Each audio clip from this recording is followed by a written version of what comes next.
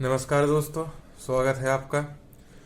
आज हमें 5 article discuss करने हैं, जिसमें से 3 द हिंदू के हैं, एक पीआईबी का है और एक डाउन टू अर्थ का है।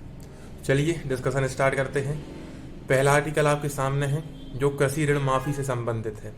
ये द हिंदू का आर्टिकल है। न्यूज़ क्या है कि उत्तर प्रदेश विधानसभा चुनाव में एक दल द्वारा कृषि ऋण माफ़ी की घोषणा की गई। मतलब दल द्वारा घोषणा की गई कि यदि उनकी सरकार बनती है तो वो किसानों के कर्ज माफ़ कर देंगे। हमें उत्तर में पर्टिकुलर दल का नाम मेंशन नहीं करना है, केवल एक दल द्वारा कृषि ऋण माफ़ी की घोषणा की गई यह लिखना है। तो इसको हम कुछ बिंदुओं में समझेंगे। पहला क्या है, पहले हम समझेंगे कृषि ऋण माफ़ी क्या है, फिर उसकी पृष्ठभूमि क्या है, फिर कृषि ऋण माफ़ी के कारण और उससे संबंधित मुद्दे क्या हैं, और फिर अंत में देखेंगे निष्कर्ष क्या है। तो आइए समझते हैं कृषि ऋण माफ़ी क्या है।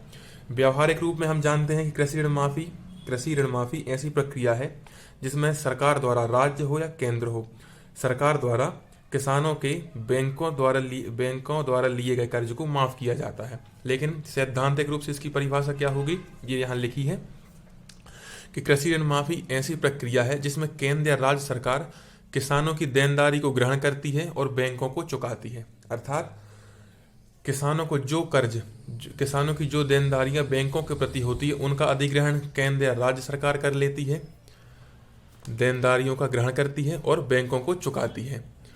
यह कब चुकाया जाता है? 2 स्थितियां होती हैं। या तो खराब मानसून हो जाता है। आप जानते हैं भारत कृषि प्रधान देश है और भारत की कृषि मानसून पर निर्भर करती है। तो खराब मानसून होने पर कृषि की स्थिति गड़बड़ हो जाती है, उपज पर्याप्त नहीं होती है, इससे किसानों को हानि होती है।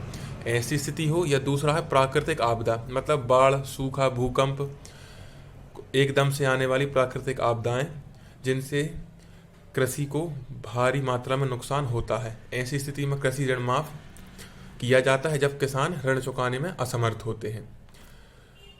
अब यह है, दूसरा पक्ष यह है कि जो यह छूट मिलती है, यह पूरे सभी ऋणों को माफ नहीं किया जाता है। इसमें विशेष प्रकार के ऋण, किसानों की विशिष्ट श्रेणी और या ऋण के स्रोत, कुछ निश्चित मानक निर्धारित किए जाते हैं, उनके ऋण को माफ किया जाता है। अब विशिष्ट प्रकार के ऋण मतलब हो सकता है सहकारी बैंकों से लिए गए ऋण माफ किए जाते हो, वाणिज्यिक बैंकों से नहीं।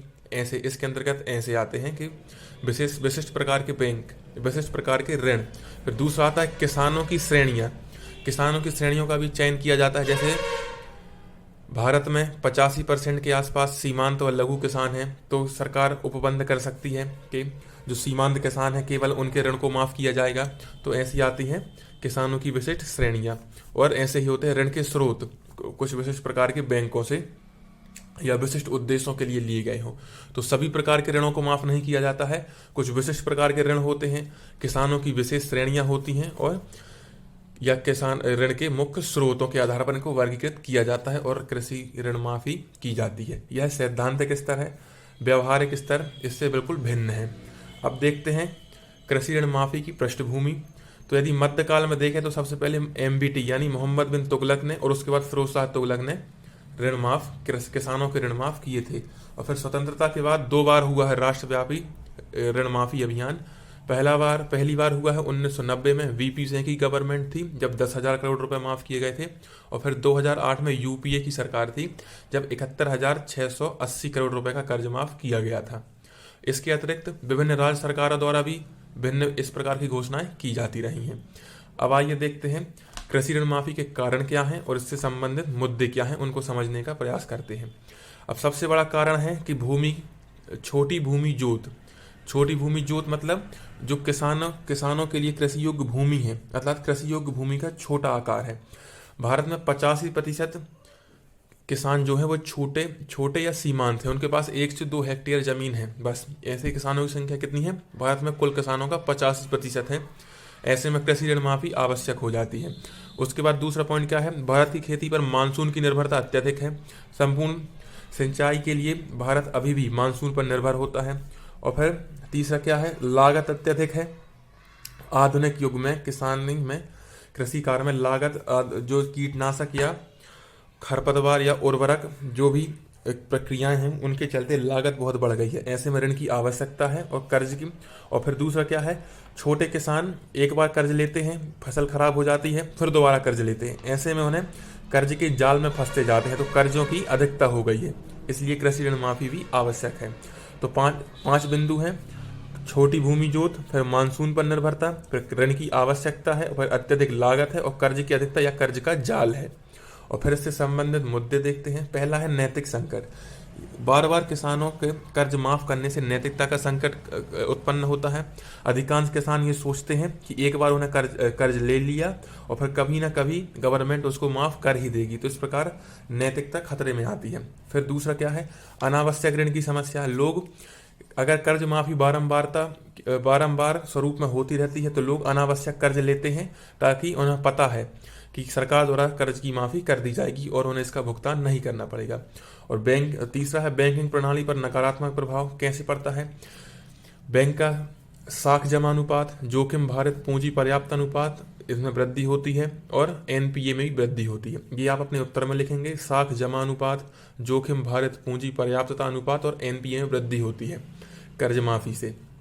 और फिर चौथा बिंदु क्या है, जमाकर्ताओं के हितों के विरुद्ध है। मतलब हमारा और आपका पैसा बैंकों में जमा है, बैंकों ने वही पैसा किसानों को दिया, और किसानों का अगर ऋण माफ हो गया और गवर्नमेंट ने माफ कर दिया, तो वह पैसा संकट में हो जाता है, क्योंकि गवर्नमेंट ने बोल दिया कि हम किसानों का ऋण माफ करते हैं। तो जो पैसा हमारा और आपका आम नागरिकों का बैंकों में जमा है, वह संदेह की स्थिति में आ जाता है। तो अब आप देखते हैं निष्कर्ष क्या है। निष्कर्ष या आगे की राह में हम समझ सकते हैं कि सरकार को जो कर्ज माफी होती है, वह केवल सीमित वर्ग के लिए और अल्पकालिक राहत के रूप में होनी चाहिए। सीमित वर्ग हो और अल्पकालिक राहत हो, इसको दीर्घकालिक स्वरूप में नहीं अपनाया जाना चाहिए। इसके साक्ष्य भी हैं। जो 2008 में 71,680 करोड़ रुपए की कर्ज माफी हुई थी, उसके कोई ठोस सकारात्मक परिणाम सामने नहीं आए हैं। किसानों की स्थिति अभी भी हमारे देश में वही है जो 2008 के पहले थी। उसके बजाय सरकार को क्या करना चाहिए कि बुनियादी अवसंरचना को मजबूत करना चाहिए। कर्ज माफी के बजाय निश्चित हिस्से को, पूरी कर्ज माफी नहीं करना चाहिए। जैसे अगर किसी व्यक्ति ने 1 लाख रुपए का ऋण है किसी किसान के ऊपर, तो सरकार को आवश्यक है कि सरकार उपबंध करे कि ब्याज न पहले कुछ अवधि तक ब्याज को माफ करे, कि ब्याज नहीं लिया जाएगा।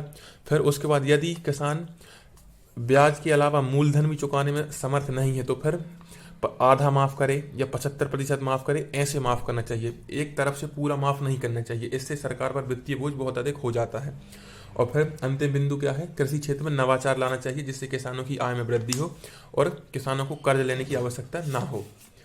तो हमने पहला आर्टिकल ये था, कृषि ऋण माफी न्यूज देखी। कृषि ऋण माफी क्या है व्यवहारिक स्तर पर, सैद्धांतिक स्तर पर परिभाषा क्या है वो समझी, पृष्ठभूमि देखी। कृषि ऋण माफी की आवश्यकता क्यों है, इसके कारण देखे, और इससे संबंधित मुद्दे क्या हैं उनको समझा, और फिर निष्कर्ष देखा। तो ये यहाँ पर पहला आर्टिकल समाप्त होता है। चलिए चलते हैं दूसरे आर्टिकल की तरफ।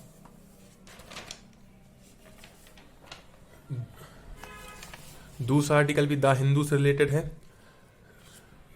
न्यूज क्या है कि यूके के वैज्ञानिकों ने, जो यूनाइटेड किंगडम है, वहाँ के वैज्ञानिकों ने नाभिकीय संलयन से ऊर्जा उत्पादन, नाभिकीय संलयन परमाणु द्वारा ऊर्जा उत्पन्न करने की एक विधि है। तो नाभिकीय संलयन से ऊर्जा उत्पादन में, या सूर्य से ऊर्जा उत्पादन के तरीके की, मतलब सूर्य में भी आप जानते हैं ऊर्जा उत्पादन नाभिकीय संलयन की प्रक्रिया द्वारा होती है। तो यूके के वैज्ञानिकों ने नाभिकीय संलयन की या सूर्य से ऊर्जा उत्पादन के तरीके की समान प्रक्रिया स्थापित करने में नई उपलब्धि हासिल की है। मतलब उन्होंने ऐसी प्रक्रिया विकसित की है जिससे सूर्य के समान ऊर्जा उत्पन्न होगी। अब देखते हैं यह प्रयोग कहाँ किया गया।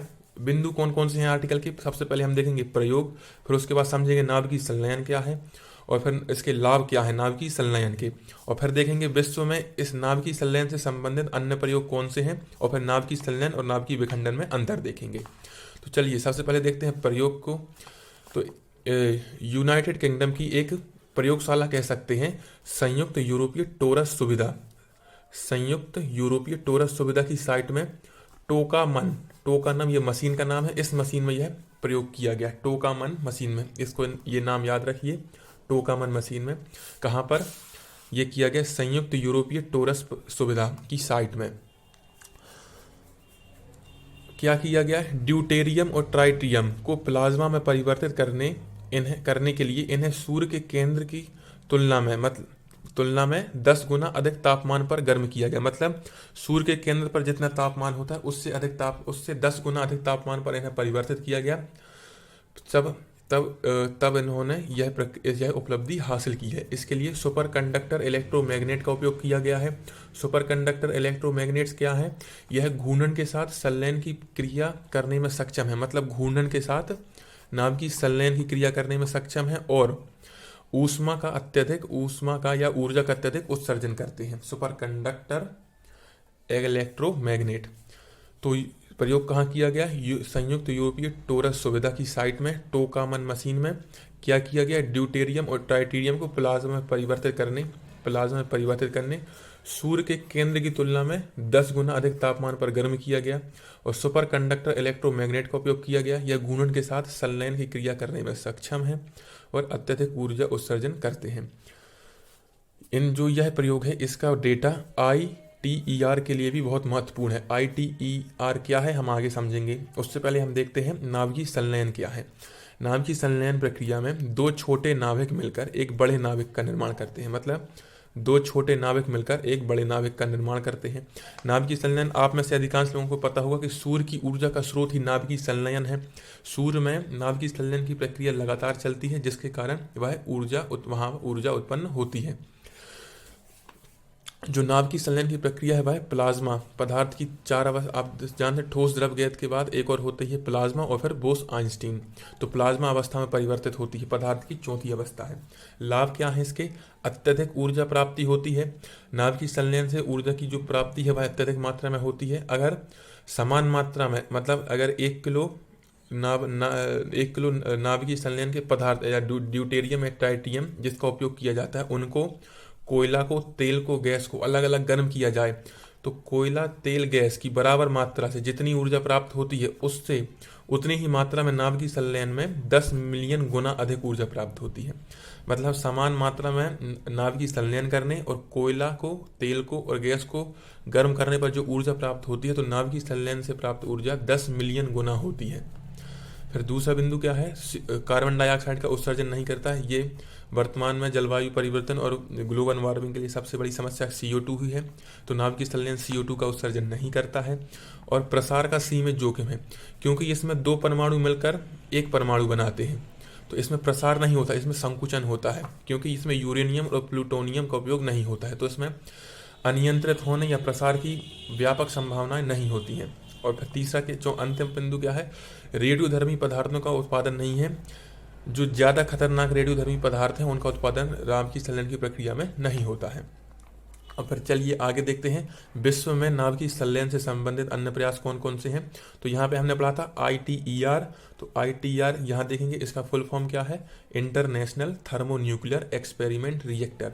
इंटरनेशनल थर्मोन्यूक्लियर एक्सपेरिमेंट रिएक्टर यह नाभिकीय संलयन की व्यवहार्यता को सिद्ध करने से संबंधित प्रयोग है, जिसमें नाभिकीय संलयन से संबंधित विश्व का सबसे बड़ा प्रोजेक्ट है। इसमें कौन कौन शामिल है? इसमें चीन है, यूरोपीय यूनियन है, भारत है। ये जरूरी है इसलिए क्योंकि इसमें भारत है, जापान है, दक्षिण कोरिया, रूस और USA इसमें शामिल हैं। और फिर इसके अलावा दूसरा कौन सा प्रयास है?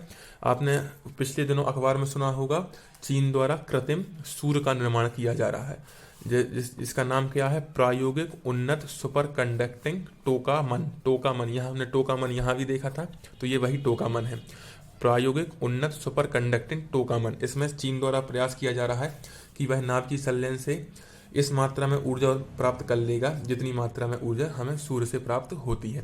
अब फिर चलिए देखते हैं नाभिकीय संलयन और नाभिकीय विखंडन में क्या अंतर है।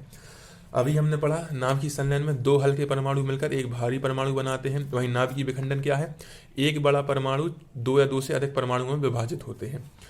नाभिकीय संलयन सूर्य में घटित होती है, सूर्य की ऊर्जा का स्रोत ही नाभिकीय संलयन है। और नाभिकीय विखंडन सामान्यतः प्रकृति में घटित नहीं होती है, यह मशीनों के द्वारा उच्च रिएक्टरों तकनीकी माध्यम से रिएक्टरों में कराई जाती है। और फिर इसमें क्या होता है? नाभिकीय संलयन के लिए अत्यधिक मात्रा में ऊर्जा की आवश्यकता होती है, इसमें अत्यधिक मात्रा में ऊर्जा की आवश्यकता नहीं होती है, कम मात्रा में विखंडन हो जाता है। और नाभिकीय संलयन से प्राप्त ऊर्जा विखंडन से प्राप्त ऊर्जा की 3 से 4 गुना होती है, जबकि विखंडन में प्राप्त ऊर्जा नाभिकीय संलयन की तुलना में कम होती है। तो ये पूरा आर्टिकल था नाभिकीय संलयन। द हिंदू का था, न्यूज देखी, एक प्रयोग हुआ है UK में, वहाँ पर नाभिकीय संलयन में उन्होंने नई उपलब्धि हासिल की है। कहाँ हुआ है? संयुक्त यूरोपीय टोरस सुविधा में की साइट में टोकामन मशीन में। कि कैसे हुआ है, ड्यूटेरियम ट्राइटियम को प्लाज्मा में परिवर्तित करने के लिए संबंधित है। और फिर सुपर कंडक्टर इलेक्ट्रोमैग्नेट को देखा, इसका प्रयोग किया है, यह क्या है, अत्यधिक ऊर्जा उत्सर्जित करता है और घूर्णन के साथ संलयन क्रिया करने में सक्षम है। और फिर नाभ की संलयन को देखा, उसके लाभ देखे, विश्व में नाभ की संलयन से संबंधित और प्रयोग जो है उनको देखा, और फिर नाभ की संलयन और विखंडन में अंतर देखा। तो ये आर्टिकल भी यहीं एंड होता है। चलिए चलते हैं दूसरे आर्टिकल की तरफ।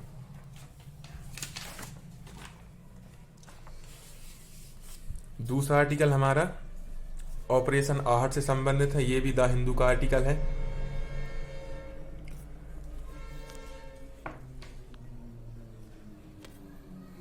ये भी द हिंदू का आर्टिकल है, ऑपरेशन आहट।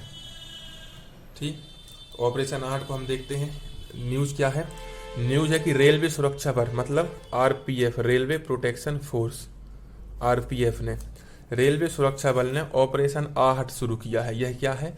मानव तस्करी को रोकने के लिए राष्ट्रव्यापी अभियान है। ऑपरेशन आहट मानव तस्करी को रोकने के लिए राष्ट्रव्यापी अभियान है। NCRB, national crime record bureau, national crime record bureau के एक आंकड़े के अनुसार भारत में प्रतिवर्ष मानव तस्करी के औसतन 2200 मामले दर्ज होते हैं।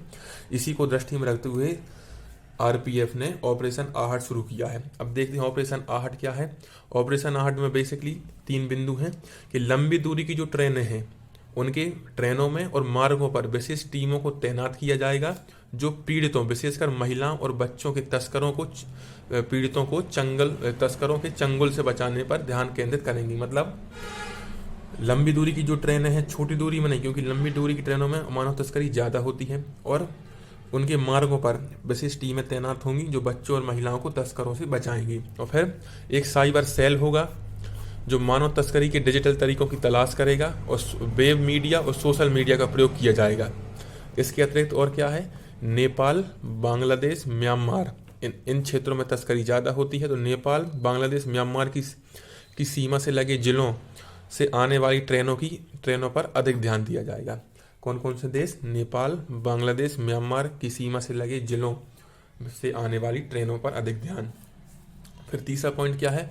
बुनियादी ढांचे व खुफिया नेटवर्क का प्रयोग पीड़ितों, मार्गों व संदिग्धों की पहचान के लिए किया जाएगा। जो गवर्नमेंट के पास या आरपीएफ के पास जो ये बुनियादी ढांचा है उसका प्रयोग पीड़ितों की पहचान या संदिग्धों की पहचान के लिए किया जाएगा। तो ये ऑपरेशन आहट है। अब समझते हैं मानव तस्करी क्या है। मानव तस्करी को आधुनिक दास्ता कहते हैं। यह आधुनिक दास्ता का एक रूप है। इसमें बेसिकली क्या होता है? व्यक्तियों की तस्करी, मतलब मनुष्यों की तस्करी की जाती है। उद्देश्य क्या है? श्रम शोषण, श्रम प्राप्त करना, यौन शोषण या अन्य तरीके से उनसे लाभ अर्जित करना है। उनको बल से या धोखे से, अवैध तरीके से उनका परिवहन किया जाता है, या बहला फुसला कर ले जाते हैं या धोखे से ले जाते हैं। इसमें सबसे चिंताजनक विषय क्या है? क्योंकि महिलाएं और बच्चे इससे सबसे ज़्यादा प्रताड़ित हैं। तो उनका यौन शोषण, जबरन विवाह, घरेलू दास्ता, अंग प्रत्यारोपण मतलब किडनी या और भी जो लीवर होते हैं, जो भी मनुष्य के शरीर में अंग होते हैं जिनका व्यापार होता है, उनके लिए उनका उपयोग किया जाता है, आदि शामिल है।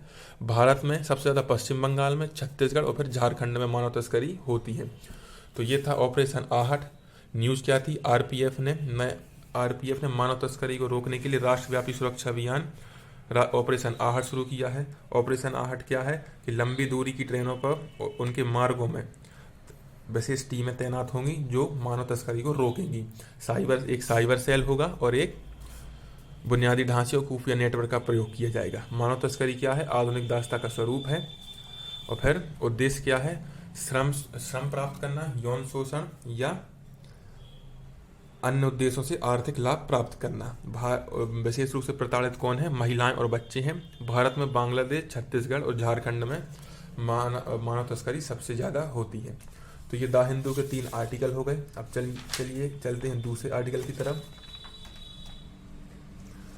अब दूसरा आर्टिकल है, next article down to earth का है। डाउन टू अर्थ का जो क्या है? वाष्पशील कार्बनिक यौगिकों से संबंधित है। वाष्पशील कार्बनिक यौगिकों को इंग्लिश में वोलेटाइल ऑर्गेनिक कंपाउंड कहा जाता है। Volatile organic compound.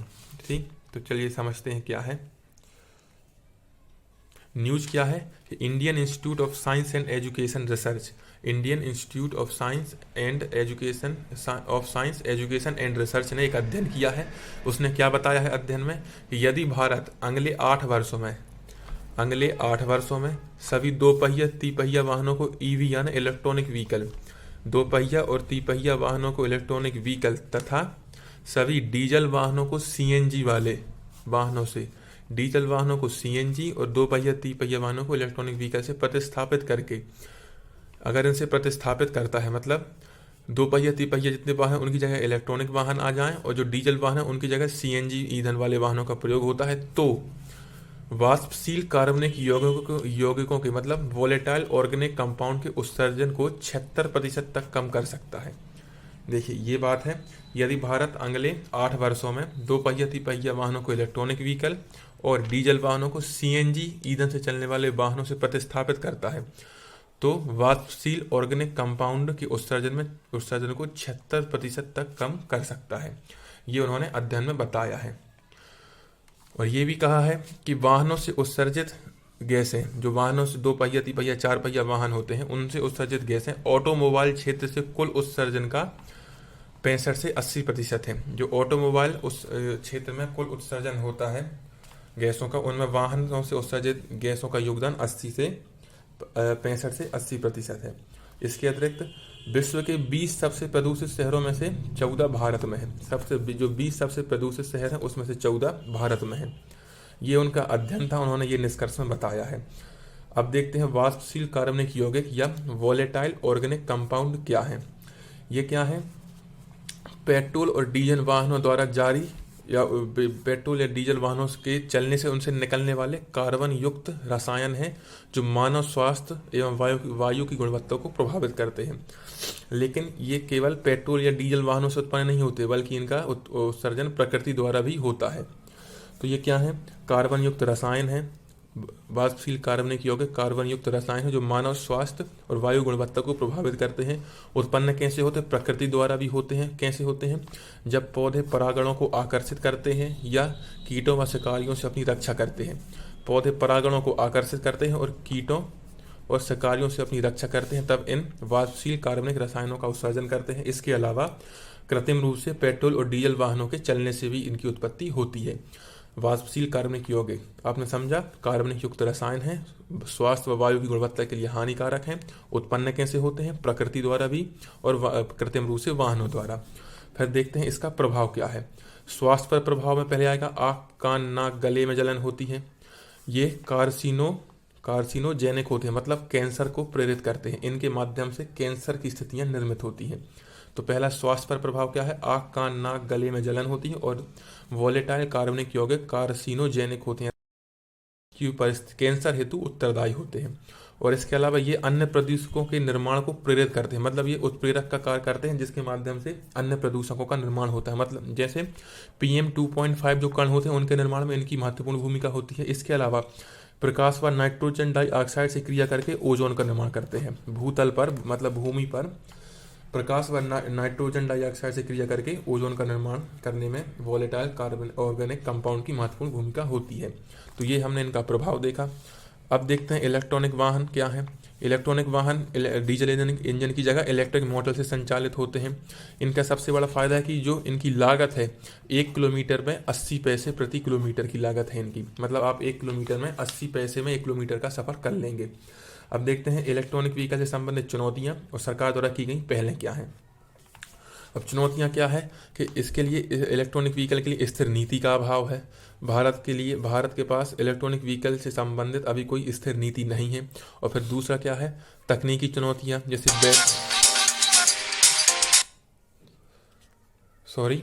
जैसे बैटरी, सेमीकंडक्टर आदि के उत्पादन में अभी भारत पिछड़ा हुआ है। फिर उसके बाद अवसंरचना का अभाव है, जैसे चार्जिंग स्टेशन सबसे बड़ा मुद्दा है इलेक्ट्रॉनिक व्हीकल को अपनाने के लिए। और फिर चौथा है कुशल श्रमिकों का अभाव है।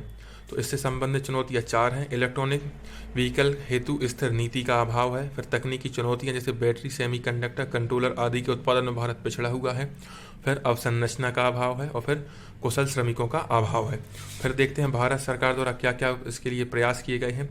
भारत ने 2030 तक जितने भी दो पहिया वाहन की बिक्री होती है उसमें 30% इलेक्ट्रॉनिक व्हीकल को शामिल करने का लक्ष्य रखा है। 2030 तक भारत में जितने भी इलेक्ट्रॉनिक व्हीकल, जितने भी दो पहिया वाहन मतलब जो हमारी बाइक्स होती हैं उनकी बिक्री होगी तो उनमें 30% इलेक्ट्रॉनिक व्हीकल को शामिल करने का लक्ष्य है। और फिर 2013 में क्या, राष्ट्रीय इलेक्ट्रिक मोबिलिटी मिशन योजना को शुरू किया गया। और 2015 में फेम इंडिया, ये इलेक्ट्रॉनिक व्हीकल के लिए अनुकूल एनवायरनमेंट का निर्माण से संबंधित है। राष्ट्रीय इलेक्ट्रॉनिक मोबिलिटी मिशन और 2015 का फेम इंडिया। ठीक, अब आगे देखते हैं कंक्लूजन में क्या कह सकते हैं हम। कंक्लूजन में यही कहेंगे सबसे पहले कि अनुसंधान और विकास को बढ़ावा देना चाहिए, जनता में जागरूकता लाना चाहिए, अवसंरचना का विकास करना चाहिए। और यदि इलेक्ट्रॉनिक वाहन को भारत में प्रमोट करना है तो जो बिजली का मूल्य है पर यूनिट जो लागत आती है उसको व्यवहारिक या कम से कम करना चाहिए, तभी लोग इलेक्ट्रॉनिक व्हीकल की ओर आकर्षित होंगे। तो ये पूरा आर्टिकल था वाष्पशील कार्बनिक यौगिक और इलेक्ट्रॉनिक व्हीकल से। तो पहले हमने न्यूज़ देखा। न्यूज़ में Indian institute of science education and research की एक रिपोर्ट थी। उन्होंने अध्ययन में जो बताया कि 8 साल में यदि हम इलेक्ट्रॉनिक व्हीकल और सीएनजी को अपनाते हैं तो वीओसी या वॉलेटाइल ऑर्गेनिक कंपाउंड के उत्सर्जन को 76% तक कम कर देंगे। 20 सबसे प्रदूषित शहरों में से भारत में 14 हैं। फिर वॉलेटाइल कार्बनिक ऑर्गेनिक कंपाउंड क्या है, वो हमने देखा कि कार्बन युक्त रसायन है, प्रकृति और कृत्रिम दोनों रूप से उत्पन्न होते हैं। प्रभाव देखा हमने। और फिर इलेक्ट्रॉनिक व्हीकल को देखा और फिर इनसे संबंधित चुनौती और सरकार की पहलें की गई हैं, जो पहल हैं उनको देखा। फिर इसके निष्कर्ष देखे। अब चलिए चलते हैं अंतिम आर्टिकल की तरफ जो हमारा पीआईबी से है। ये है प्रधानमंत्री मुद्रा योजना पर पीआईबी में एक न्यूज़ आई थी, उसी से रिलेटेड है। तो न्यूज़ क्या है, केंद्रीय वित्त राज्य मंत्री ने राज्यसभा में प्रधानमंत्री मुद्रा योजना के संबंध में जानकारी दी। वित्त राज्य मंत्री ने क्या जानकारी दी कि कोविड-19 महामारी के कारण वित्त वर्ष 2020-21 को छोड़कर योजना के तहत, इस योजना मतलब प्रधानमंत्री मुद्रा योजना के तहत राष्ट्रीय स्तर के सभी लक्ष्यों को, राष्ट्रीय स्तर पर जो इसके सभी लक्ष्य निर्धारित किए गए थे, इसकी स्थापना मतलब इसके आरंभ होने के बाद लगातार पूरा किया गया है। तो केंद्रीय वित्त राज्य मंत्री ने राज्यसभा में जानकारी दी कि कोविड-19 महामारी के कारण 2020-21 को छोड़कर मुद्रा योजना ने प्रत्येक वर्ष में जो भी लक्ष्य निर्धारित थे उनको पूरा किया है। तो अब आइए देखते हैं प्रधानमंत्री मुद्रा योजना क्या है। प्रधानमंत्री मुद्रा योजना को 2015 में शुरू किया गया था। इसका उद्देश्य क्या है, गैर कॉरपोरेट या गैर कृषि, जो कॉरपोरेट से नहीं है, और गैर कॉरपोरेट और गैर कृषि छोटे सूक्ष्म उद्योगों को 10 लाख रुपए तक का ऋण प्रदान करना है, इसका उद्देश्य है। ऋण का माध्यम का होगा बैंक, एनबीएफसी और एमएफआई सूक्ष्म वित्तीय संस्थान है, ये के माध्यम से वित्त पोषण करना है। और इसके अलावा मुद्रा मतलब मुद्रा unit development and refinance agency limited की स्थापना की जाएगी, जो एक वित्तीय संस्थान होगी भारत सरकार के स्वामित्व की। मुद्रा unit development and refinance agency limited की स्थापना की जाएगी। जो इसमें ऋण प्रदान किए जाएंगे वो 3 प्रकार के होंगे, शिशु, किशोर और तरुण। शिशु के अंतर्गत 50,000 रुपये तक का ऋण होगा, किशोर के अंतर्गत 50,000 से 5 लाख रुपए तक का, और तरुण के अंतर्गत 5 लाख से 10 लाख रुपए तक का ऋण दिया जाएगा। फिर इसके बाद देखते हैं इसके अभी तक मुद्रा योजना की सफलताएं क्या रही हैं। तो 2015 में इसके आरंभ के बाद अभी तक 32.53 करोड़ से अधिक का ऋण इसके द्वारा प्रदान किया जा चुका है। मतलब 32.5 करोड़ रुपए से अधिक का ऋण मुद्रा योजना ने प्रदान किया है। फिर वंचित वर्गों की महिलाओं, विशेषकर महिलाओं, एसटी, एससी, ओबीसी और अल्पसंख्यकों पर यह योजना केंद्रित है, वंचित वर्गों पर केंद्रित है। और फिर रोजगार मंत्रालय के अनुसार जो 2015 से 2018 की अवधि है उस दौरान मुद्रा योजना ने 1.12 करोड़ रोजगार का सृजन किया है। 1.12 करोड़ रोजगार का सृजन हुआ है। उनमें से 69 लाख केवल महिलाएं हैं। तो यह इसकी एक बड़ी उपलब्धि है कि इसने महिलाओं को व्यापक स्तर पर रोजगार प्रदान किया है। और सरकार द्वारा इसके लिए क्या प्रयास किए गए हैं। अभी आपने देखा होगा उद्यमी पोर्टल शुरू किया है और 59 मिनट में किसी भी स्टार्टअप को 59 मिनट में सभी कार्यालयों से अनुमति के लिए पीएसबी लोन प्राप्ति के लिए पीएसबी लोन्स इन 59 मिनट्स का भी आरंभ किया गया है। और फिर प्रत्येक पीएसबी मतलब पब्लिक सेक्टर बैंक, सार्वजनिक क्षेत्र का बैंक, पीएसबी में मुद्रा नोडल अधिकारी की नियुक्ति की गई है। और फिर पीएसबी के प्रदर्शन की आवधिक निगरानी की गई है। मुद्रा योजना के अंतर्गत उन्होंने क्या कार्य किया है, इसकी निगरानी के लिए भी उपबंध हैं। और पीएसबी में PMMY मतलब प्रधानमंत्री मुद्रा योजना के तहत स्वचालित प्रतिबंधों के साथ शुरू से अंत तक डिजिटल ऋण दिया गया है। मतलब डिजिटल इंडिया को भी इसके माध्यम से प्रोत्साहित किया गया है। तो ये पूरी मुद्रा योजना से संबंधित आर्टिकल था, न्यूज थी, जो जानकारी दी केंद्रीय वित्त राज्य मंत्री ने। मुद्रा योजना को देखा हमने, मुद्रा unit development and refinance agency limited को समझा। फिर 3 प्रकार के ऋण हैं, शिशु, किशोर और तरुण, पर उपलब्धियां देखी और प्रयास देखे। तो आज के ये हमने 5 आर्टिकल डिस्कस किए। उम्मीद है आप लोगों को पसंद आए होंगे। तो मिलते हैं अगले वीडियो में, तब तक के लिए जय हिंद।